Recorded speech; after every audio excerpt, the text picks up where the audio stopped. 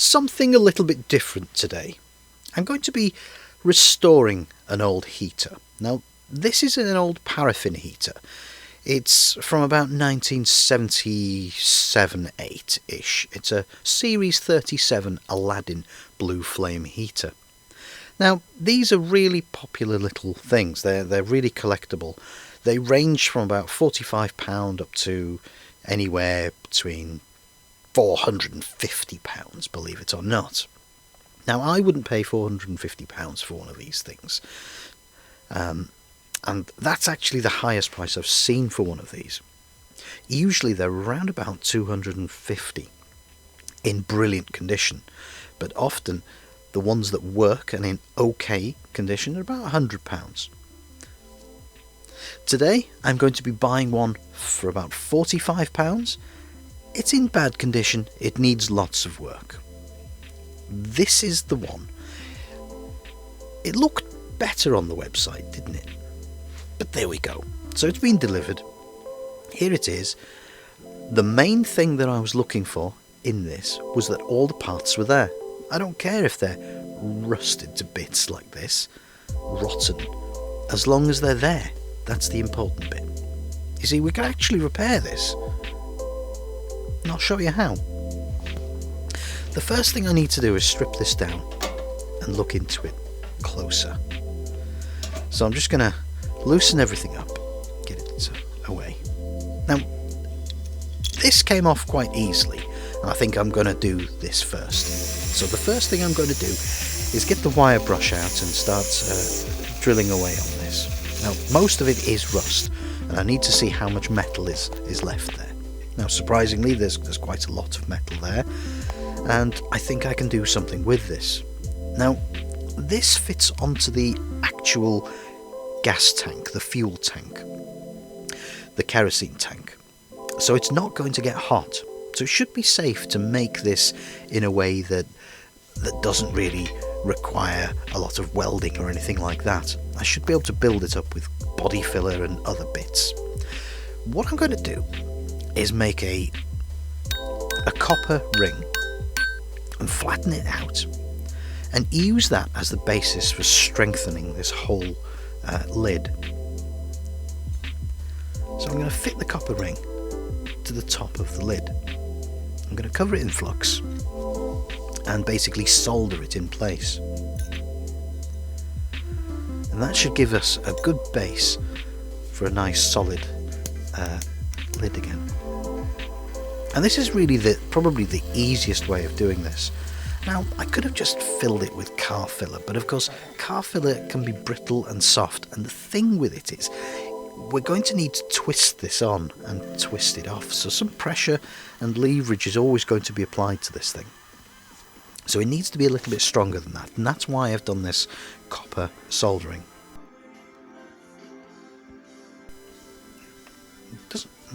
Some body filler, but it doesn't need to be welded, it doesn't need to be that extreme. So it doesn't look like the original, it just looks a little bit similar, and that's okay because, you know, it's just a heater. It's not a perfect restoration. What I'm looking at really is getting this to the point that it actually works and functions. I do have some ideas about this later, but I don't think I've got enough time to do that this year. So I have got a lot of elbow grease ahead. There's a lot of rust on this, and it needs very coarse wire brushing. And once the wire brushing's been done, I need to go a little bit finer and get into the nooks and crannies with a diamond tip bit. Now, a lot of this rust is going to be hiding holes and all kinds of other problems, so I need to get right down to the metal and see what we're dealing with. Now, it's very laborious, it's very awkward, painstaking, and of course I've got to make sure that the paint is safe, so wear a mask, because the 1960s paints had lead in them.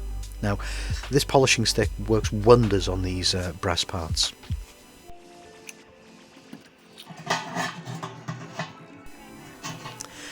The best way to find out if this thing has holes in it is to shine a torch in it.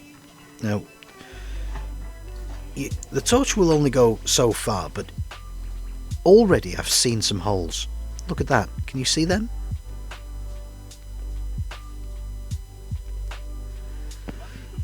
It's an easy fix though. The solder I'm using is higher temperature solder, and it's just very similar to normal soldering. Now this solder on the side here, because I need to shape it, I've used a normal soldering solder, electronic solder. Again, this area here won't get hot, it won't get even remotely hot, so it's completely fine to use that kind of solder. This cage, it's a bit of an A, because it's fiddly and it needs rust cleaning as well. Now, wire brush and sandpaper is the best remedy for this. The paint I've used is extreme high temperature paint, probably for cars. I think on the label it has a picture of exhaust pipes, so it should be okay. I mean, it's rated for 800 degrees C, so it should be well capable of protecting the finish. But we can never tell really with this stuff. In the past I've sprayed my exhaust pipes with similar things, and it's just disappeared after a few weeks. One thing I've noticed with this paint is that it does tend to craze really easily. So once I've given it the first coat and then had a little sand to level up the surface, and then another spray paint will usually cause it to craze, which is weird really, because it's the same paint that I'm spraying it with, and it's annoying, really annoying. Now it's I don't really know much about this paint because I haven't used it, but this underneath here is painted with normal black stove paint, and I've used that before. That's great stuff, that works well on everything. It does what it says on the tin. Now the white paint is this Simonize, very high temperature paint, and so far I'm not really liking it. I've already started, so I'm going to carry on, but I'm not really hopeful with it. I'm not really expecting a lot with this, but I am thinking of changing the whole thing at some point. I just need to tidy this up so that it doesn't rust.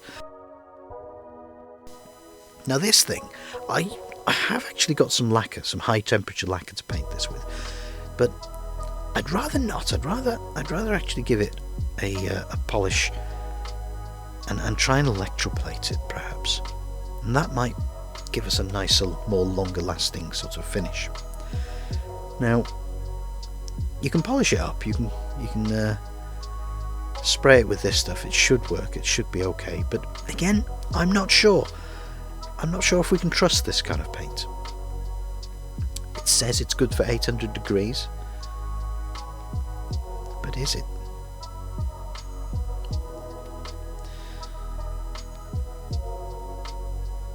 So I'm actually going to try electroplating it, I think. And it may work, it may not work, but I'll give it a go, and then if it doesn't work I'm going to spray it. So it should work. I mean, you can electroplate mild steel. It's just that there will be little pits in this where rust probably still sits, microscopic levels, but that will probably affect the result. And what I can see when it's finished is that some parts have taken and some parts have not taken, so I'm going to have to polish it up and just spray it with the lacquer.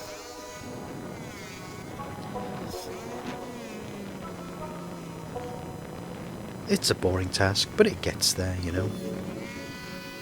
The most difficult thing with this really is that it has to deal with high temperature.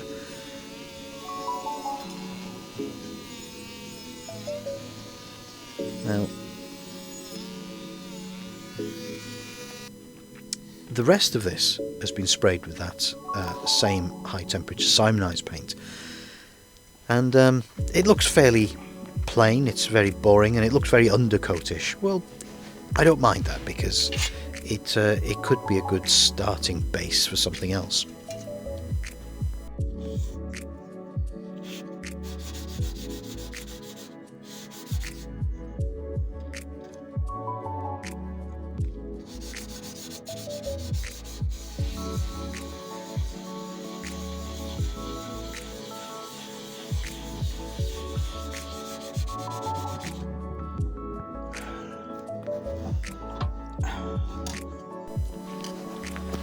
Now, I've actually polished the brass tube here, because we need the wick to sit on that and slide up and down as we move it, and we don't want anything to hinder that, and we don't want the gears on the mechanism to slip, so we need it to be as smooth as possible.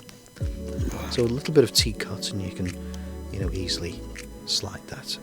When this actually came to me, the original wick was caked. It was stuck. It was glued to the brass tube there. So I had to get a knife and basically slice it like this all the way around, right down to the bottom, to separate it from the brass tube. It was a bit of a pain, but it was probably there from the 70s. It's probably the same one. And these things last for quite a long time. They don't tend to need replacing very often. And another thing I had to do as well, I had to push these things out a little bit, so they grip onto the mechanism, the gearing mechanism that lifts up the wick, and I had to make sure that they were pushed out just a little bit by putting my knife or screwdriver in there, just to give them a little bit of a depth. And I actually tried this out. I lit the heater and I checked the temperature to make sure which parts were getting what kind of heat. Now this area here was only getting about 20 degrees, 25, something like that. So it should be absolutely safe to paint this bottom part with normal car paint. Now the flame on this should be blue, a blue ring all the way around. There shouldn't be any yellow at all. And for quite a while I couldn't understand why this was giving me a yellow flame. Something was wrong. And it was burning. It was just odd. It was a new wick, and everything was clean, everything was complete, but it just wasn't burning properly. And when it's not burning properly like this, you're going to find that the wick is actually being burnt away rather than the fuel. And I didn't really want to run it like this. The fumes as well, they're going to be a bit smelly like this. So it's definitely not good. I've seen some people just, use it as is, but there's a reason for this. There's a reason why this was happening. It's not obvious at first, but it makes perfect sense after you think about it.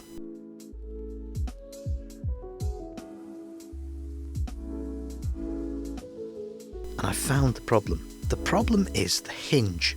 The hinge on the chimney that joins it to the base.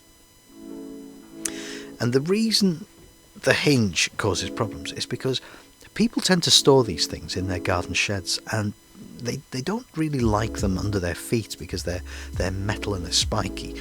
So they tend to tie them to the roof and hang them from the roof in a lot of cases, just out of the way. And of course that puts a strain on that hinge,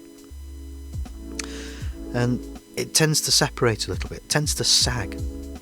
So all you need to do to solve that problem is to just squeeze the hinge back down together, so make sure that it's sitting nicely. Disappointingly, I was right about the paint. The paint didn't like to stick to this enamelled surface. Now the chimney and the top is made out of basically glass. It's glass painted onto a metal mild steel tube, and the paint doesn't like to stick to glass. You have to really score and scrape it before it'll sit, and I didn't really want to do that. I think stove paint actually has a rubbery texture to it, so I think the stove paint would have been okay, the black rusting stove paint, but this Simonized paint it's very thin, ceramic in feel. It's not very good at all. There was lots of issues with this. Now I've noticed that the paint was actually coming off onto the brass basket, and I looked in here and I noticed that it was all crazing. All the paint was crazing, which was really odd. And if I rub my finger in there, I can see that it's actually softening So the kerosene is actually softening the paint, and that's just absolutely unacceptable. This paint is just not fit for purpose.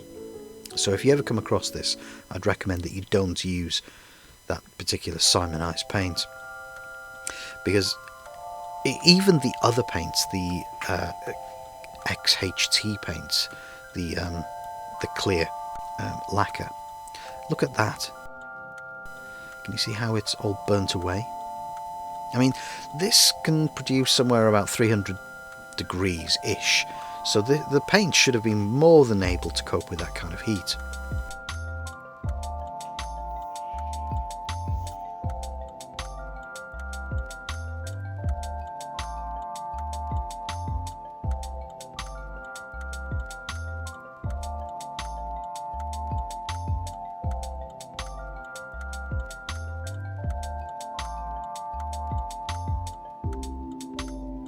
Well, it wouldn't be a traditional Pixelvalve video without having a free download somewhere.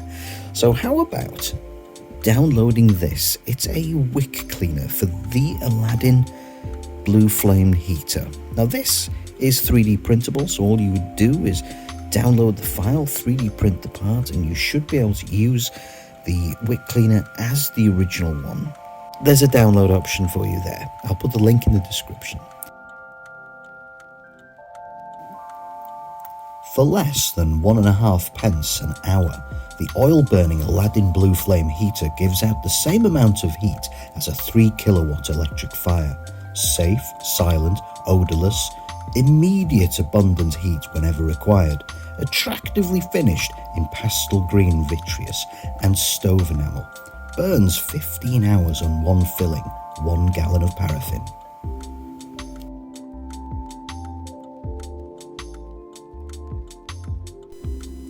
So mechanically it all works, and I'm going to try it out because it's freezing outside. It's snow and ice and blowing a gale, and the electric has gone off. So what better time to try this out? I've also got a kerosene lamp, so I'm going to have heat and light.